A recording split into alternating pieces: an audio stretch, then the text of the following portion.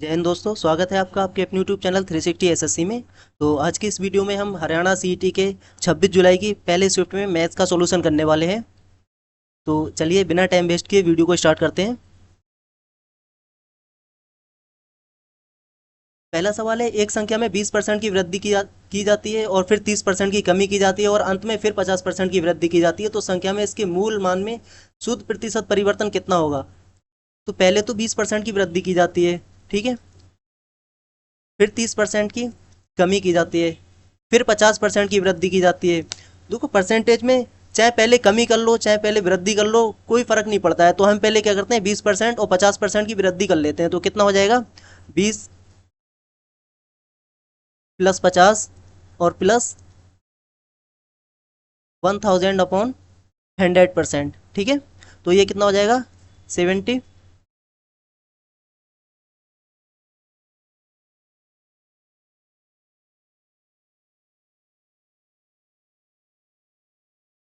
Plus 10, 80%, ठीक है। यहाँ तक 80% वृद्धि हो गई। अब क्या क्या है, 30% कमी कर देते हैं, ठीक है। कितना हो जाएगा ये, 80 और 30, 50%, ठीक है, और माइनस 8 या 24, 240%/100।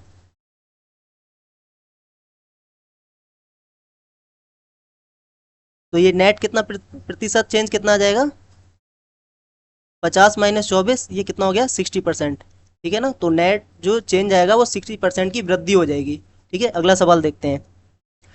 अरुण का वेतन बिश्नोई के वेतन से 25% अधिक है। चरण अरुण से 40% कम कमाता है। दीपक बिश्नोई से 30% अधिक कमाता है। दीपक का वेतन चरण के वेतन से कितना अधिक है। अरुण का वेतन बिश्नोई के वेतन से 25% अधिक है। अगर बिश्नोई का 25% की फ्रैक्शन होती है 1/4, बिश्नोई का वेतन अगर 4 है तो अरुण का 5 होगा, ठीक है। अगला दिया है, चरण चरण अरुण से 40% कम कमाता है। 40% की फ्रैक्शन होती है 2/5। तो जो चरण है वो अरुण से 40% कम कमाता है, यानी अरुण अगर 5 कमाता है तो वो 2% कम यानी 3 कमाता है। तो अरुण 5 कमाता है तो चरण कितना, 3 कमाता होगा, ठीक है। अगला दिया है, दीपक बिश्नोई से 30% अधिक कमाता है। दीपक बिश्नोई से 30% की फ्रैक्शन होती है 3/10। अगर बिश्नोई 10 कमाता है तो दीपक कितना कमाता है, 13 कमाता होगा, ठीक है। 3 अधिक कमाता है। तो ये दीपक है जो बिश्नोई 10 कमाता है तो ये 13 कमाता है, ठीक है। अब हमें ये बराबर करना होगा, ये बिश्नोई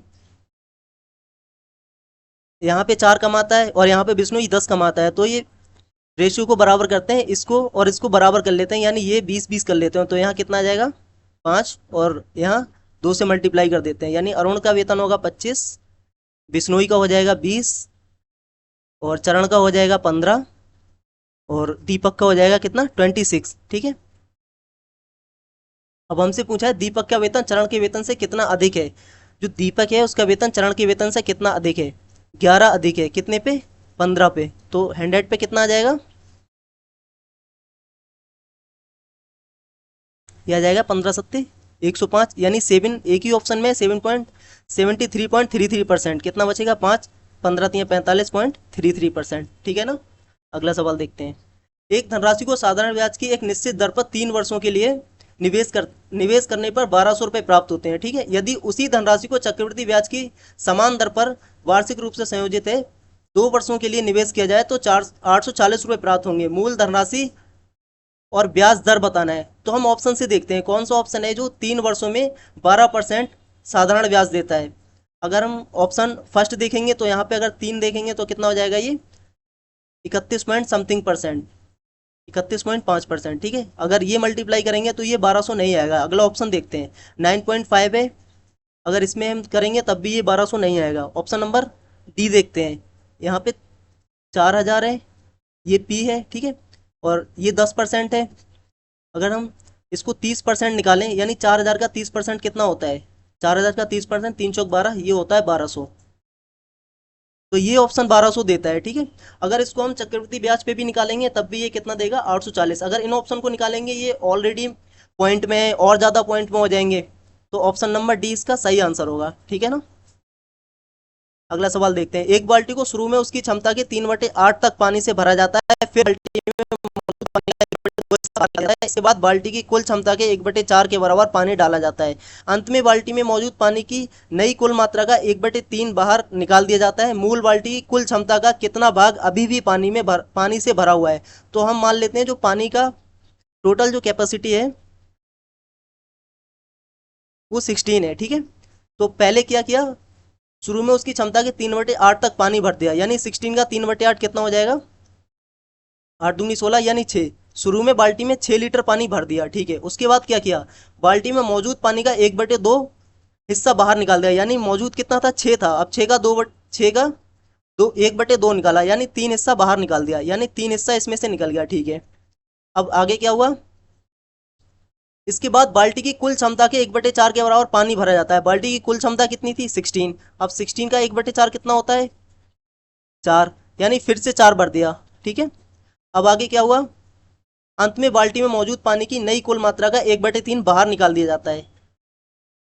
1/3 बाहर निकाल दिया जाता है। अब कितनी है पानी, इतने टाइम पानी कितना है बाल्टी में? 6 और 4 10 और -3 7 है। तो 7 का कितना बाहर निकाल दिया जाता है? 1/3।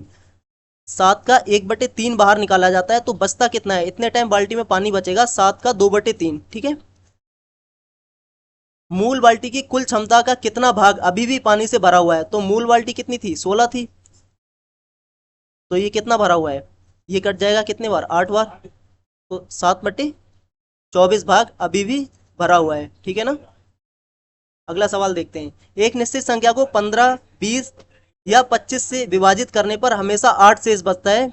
ऐसी सबसे छोटी संख्या कौन सी है जो 500 से भी बड़ी है? ठीक है, इसके दो ऑप्शन है। एक तो हम इसके दो ऑप्शन है इस सवाल को करने के। एक तो हम ऑप्शन से जा सकते हैं और दूसरा हम इन तीनों का एलसीएम निकालें और जो एलसीएम होगा उसमें 8 जोड़ दें, उससे भी जा सकते हैं, ठीक है। तो सबसे पहले इनका एलसीएम कितना आ जाएगा? 15, 20 और 25 का एलसीएम कितना आ जाएगा? 3 × 5, और ये कितना होता है? 4 × 5, और ये कितना होता है? 5 का स्क्वायर। तो एलसीएम कैसे निकालते हैं? 5 का स्क्वायर यानी 25, और फिर 4 × 3, तो कितना हो गया? 25 चौका 100, 300। इनका जो एलसीएम हो गया वो 300 हो गया। जो नंबर होगा ना वो कितना होगा? 300x + 8, ये नंबर होगा। तो हम x के साथ सिंपल 2 रख देते हैं क्योंकि संख्या 500 से बड़ी है। तो ये कितना आ जाएगा? 600 + 8, तो नंबर कितना आ जाएगा? 608, ठीक है। कितना नंबर होगा? 608 होगा, जो 500 से बड़ा भी है और इन सब से डिवाइड करने पर 8 भी बचता है, ठीक है। अगला सवाल देखते हैं। एक अर्धगोले और एक शंकु के आयतन बराबर हैं, ठीक है। यदि शंकु की ऊंचाई h है और दोनों की त्रिज्याएं r है तो r के पदों में h का मान ज्ञात करना है, ठीक है। एक अर्धगोले का जो आयतन होता है वो कितना होता है? 2/3 πr³, ठीक है। किसके बराबर है? शंकु के आयतन के। शंकु का आयतन कितना होता है? 1/3 πr² h, ठीक है। दोनों की त्रिज्याएं r हैं, यानी दोनों की त्रिज्याएं r दे रखी हैं। पाई से पाई कैंसिल, ये कैंसिल, और r² से ये कैंसिल। कितना बचा? r बचा, यानी h बराबर कितना आ गया? सिंपल 2r आ गया। और h के r के पदों में h बताना है तो कितना आ जाएगा? 2r, ठीक है ना। अगला सवाल देखते हैं। दो वस्तुएं जिनमें प्रत्येक का विक्रय मूल्य 120 रुपए है, यानी दोनों का विक्रय मूल्य समान है। एक को 25% लाभ पर बेचा गया और दूसरी को 25% हानि पर। दुकानदार का शुद्ध लाभ या हानि बताना है, कितने रुपए लाभ या हानि हुआ। तो एक वस्तु है उसको 25% के लाभ पे बेचा जाता है। 25% की फ्रैक्शन होती है 1/4, यानी अगर सीपी 4 है तो एसपी कितना हो जाएगा? 5, ठीक है। दूसरी को 25% हानि पर, यानी 1/4। अगर सीपी 4 है तो उसका एसपी कितना हो जाएगा? 1 की हानि, यानी 3। लेकिन वो कह रहा है दोनों को 120 रुपए पे, यानी दोनों को बराबर बेचा जाता है। तो इसका एसपी 5 है, इसका 3 है, बराबर कर लेते हैं 15। इसको 3 से मल्टीप्लाई, इसको 5 से, तो ये कितना हो जाएगा? ये हो जाएगा 12 और ये 20, और ये कितना हो जाएगा? 15, और ये भी 15। तो टोटल एसपी कितना हो गया? टोटल एसपी हो गया 30, और टोटल सीपी कितना हो गया? 32, यानी लॉस हो रहा है कितने का? 2 यूनिट का लॉस हो रहा है, ठीक है। और टोटल एसपी है कितना? एक को बेचा जाता है 120 में, तो दो को कितने में बेचा जाता होगा? 240 में, यानी एक की वैल्यू कितनी आ जाएगी? 8, और दो की वैल्यू कितनी आ जाएगी? यहाँ पे 16, यानी 16 रुपए का लॉस हो रहा है, 16 रुपए की हानि हो रही है, ठीक है ना। अगला सवाल देखते हैं। यदि एलसीएम ए बी 84 और H C F A B कितना है? 7 है, यानी दो संख्याएं ए और बी, उनका एलसीएम कितना दे रखा है? 84, और एच सी एफ दे रखा है 7। तो कौन सा युग्म ए और बी के मान होने की संभावना है, ठीक है। तो सबसे पहला देख लेते हैं 21 और 28। 21 और 28 में एलसीएम, इसका एचसीएफ कितना होगा? 7 होगा, क्योंकि हाईएस्ट कॉमन मल्टीपल होता है 7 होगा, इसका भी 7 होगा। ठीक है, तो इसके होने की संभावना है। लेकिन अगला ऑप्शन देखते हैं, 28 और 42 में इनका एचसीएफ कितना हो जाएगा? इसका एचसीएफ 14 हो जाएगा, यानी ये नहीं होगा, एचसीएफ 7 होना चाहिए। ठीक है ना। अगला सवाल देख लेते हैं, इनका एचसीएफ कितना हो जाएगा? इनका एचसीएफ तो 7 होगा, बट इन दोनों का एलसीएम जो होगा ना वो 42 होगा। कितना होगा? 42। और एलसीएम है कितना? 84, यानी ये भी नहीं होगा। और ये तो होगा नहीं, क्योंकि एचसीएफ 7 नहीं है, इनका एचसीएफ 1 है। तो पहला वाला ऑप्शन है ना, वही करेक्ट आंसर होगा। 21 और 28 का एचसीएफ 7 होगा और एलसीएम 84 होगा। ठीक है, तो पहला वाला युग हमारा आंसर होगा। अगला सवाल देखते हैं, यदि 180 मीटर लंबी रेलगाड़ी एक आदमी को 9 सेकंड में पार कर सकती है, तो उसे 280 मीटर लंबे प्लेटफॉर्म को पार करने में कितना समय लगेगा? 180 मीटर लंबी रेलगाड़ी है, एक आदमी को 9 सेकंड में पार करती है, यानी जो ट्रेन की स्पीड है, डी बराबर क्या होता है? डी बराबर एस इंटू टी होता है। 180 मीटर लंबी रेलगाड़ी है और 9 सेकंड लगते हैं उसे पार करने में, तो जो स्पीड हो जाएगी वो 20 मीटर पर सेकंड हो जाएगी। ठीक है, तो अब 180 मीटर की रेलगाड़ी है और 280 मीटर का प्लेटफॉर्म है, तो दोनों कितने हो जाएंगे? 180 प्लस 280, 460 मीटर। ठीक है, 460 मीटर पार करने में 20 की स्पीड से कितना टाइम लगेगा? 23 सेकेंड। 23 सेकेंड में पार कर लेगी। ठीक है ना। अगला सवाल देखते हैं, यदि ए और बी धनात्मक पूर्णांक है, जिससे कि ए स्क्वायर माइनस बी स्क्वायर, ये ए स्क्वायर माइनस बी स्क्वायर 31 दे रखा है, तो ए इंटू बी क्या होगा? यहाँ पे दे रखा है ए स्क्वायर माइनस बी स्क्वायर की जो वैल्यू है वो 31 है। ए स्क्वायर माइनस बी स्क्वायर को हम लिख सकते हैं ए प्लस बी और ए माइनस बी, ये कितना है? 31 है। अब हम ऑप्शन से देखते हैं, क्योंकि इसका वैल्यू सोच पाना तो बहुत मुश्किल होगा। ऑप्शन से देखते हैं, पहला वाला ऑप्शन के फैक्टर करते हैं, ये कितना हो जाएगा? 2 इंटू 1 2 3, अब 3 से काट लेते हैं तो 2 इंटू 3 इंटू 4 1, यानी 41, ये कितना हो गया? 6 इंटू 41। तो हम यहाँ पे ए प्लस बी और ए माइनस बी ये नहीं रख सकते, क्योंकि इसकी जो वैल्यू होगी ना 41, ये प्राइम नंबर है और ये 31 नहीं बनेगा। अगला देखते हैं 240, 2 इंटू 120। अब इसको और फैक्टर कर लेते हैं, इसके 2 इंटू 3 से काट लेते हैं 3, और ये कितना हो जाएगा?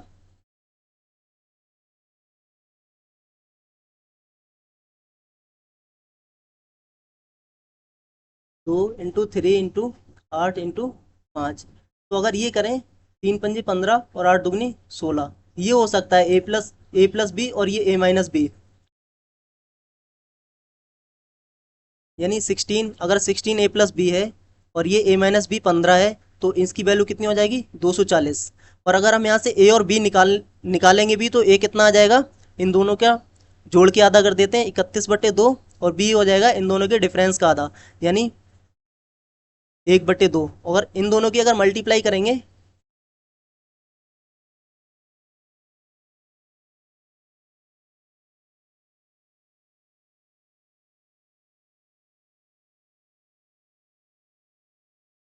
एक बटे दो, अगर इन दोनों की मल्टीप्लाई करेंगे तो कितना आ जाएगा? ये 30 आ जाएगा, यानी ये वाली जो वैल्यू है ना 240, ये सेटिस्फाई कर रही है, तो यही इसका आंसर होगा। ठीक है, अगला सवाल देखते हैं, जमीन पर एक बिंदु ए से एक ऊर्ध्वाधर मीनार के शीर्ष का उन्नयन कोण 30 डिग्री है। एक बिंदु बी, जो बिंदु ए से मीनार आधार से 50 मीटर अधिक निकट है, मीनार के शीर्ष का उन्नयन कोण 60 डिग्री है। मीनार की ऊंचाई बताना है कितनी है। ठीक है, ये कोई मीनार है,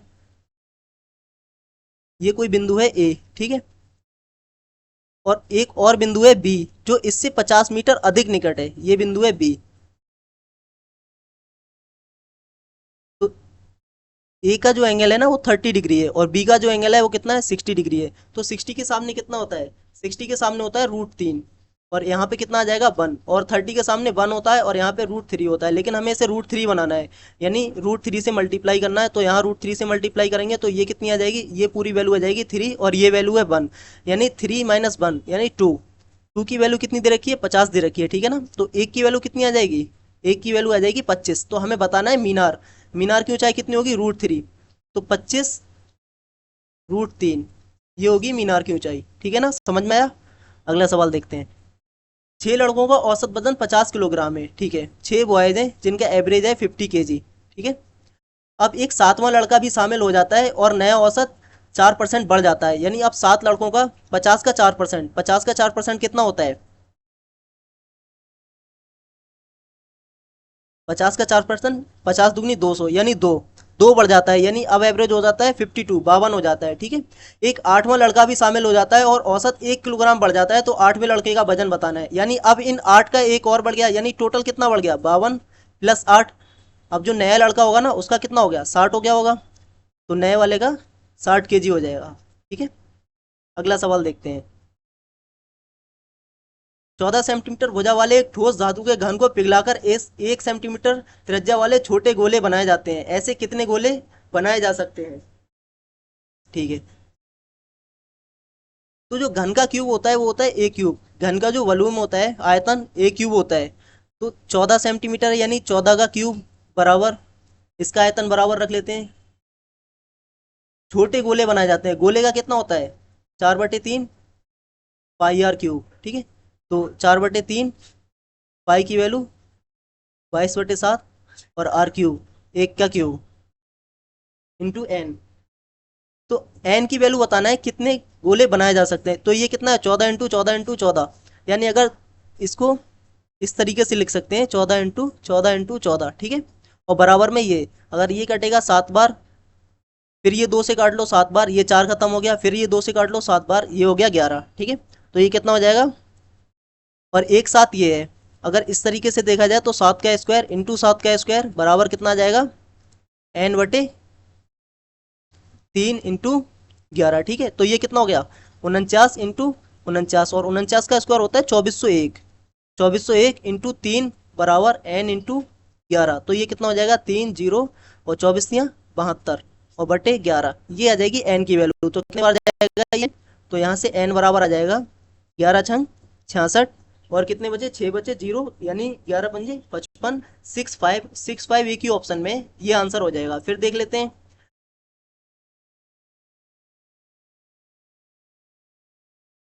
कितना था, 6 5, अब कितना बचा? 10,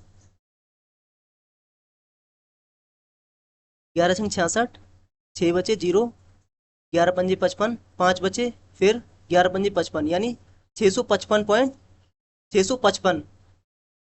655 गोले बनाए जा सकते हैं। पॉइंट के बाद वाला तो लेंगे नहीं, तो कितना आ जाएगा? 655। ठीक है ना, अगला सवाल देखते हैं। यदि x प्लस 1/x बराबर 2 है, तो x² प्लस 1/x इंटू 5 बताना है। तो x प्लस 1/x की वैल्यू 2 है, तो x क्या आ जाएगा? यहाँ से x आ जाएगा 1, तो x² प्लस ये 1 प्लस 1/1 इंटू 5, तो कितनी आ जाएगी? 6 आ जाएगी। ठीक है ना, ये आ गई 6। अगला सवाल, अगला सवाल है, कल्पना कीजिए आपके पास 3 एक समान घनाकार कंटेनर है, जिनमें से प्रत्येक के किनारे की लंबाई 10 है। ठीक है, ये इस तरीके के कंटेनर है जिसमें प्रत्येक की 10 है। ठीक है, एक किनारा 10 है, यानी सारे 10-10 होंगे। इन तीनों घनों को एक के ऊपर एक रखकर एक टावर बनाया गया है। इस संरचना का बाहरी पृष्ठीय क्षेत्रफल बताना है। ठीक है, तो इस तरीके से कोई टावर बना लिया इन्होंने, तीनों रख लिए, तो तीनों 10-10 थे, ये भी 10, ये भी 10 और ये भी 10, तो जो इसकी हाइट हो जाएगी वो कितनी हो जाएगी? 30, और जो इसकी लेंथ होगी वो तो 10 ही रहेगी ना, लेंथ 10 रहेगी, और इसका जो विड्थ होगी यानी इसकी जो चौड़ाई होगी वो भी 10 रहेगी। तो कुल पृष्ठीय क्षेत्रफल बताना है, कुल पृष्ठीय क्षेत्रफल कितना होगा? तो कुल पृष्ठीय क्षेत्रफल होता है 2LB plus BH plus HL, ये होता है। ठीक है, तो 2LB कितना हो जाएगा? 100, और BH कितना हो जाएगा? 300, और HL कितना हो जाएगा? 300, 600 700, तो ये कितना आ जाएगा? 1400।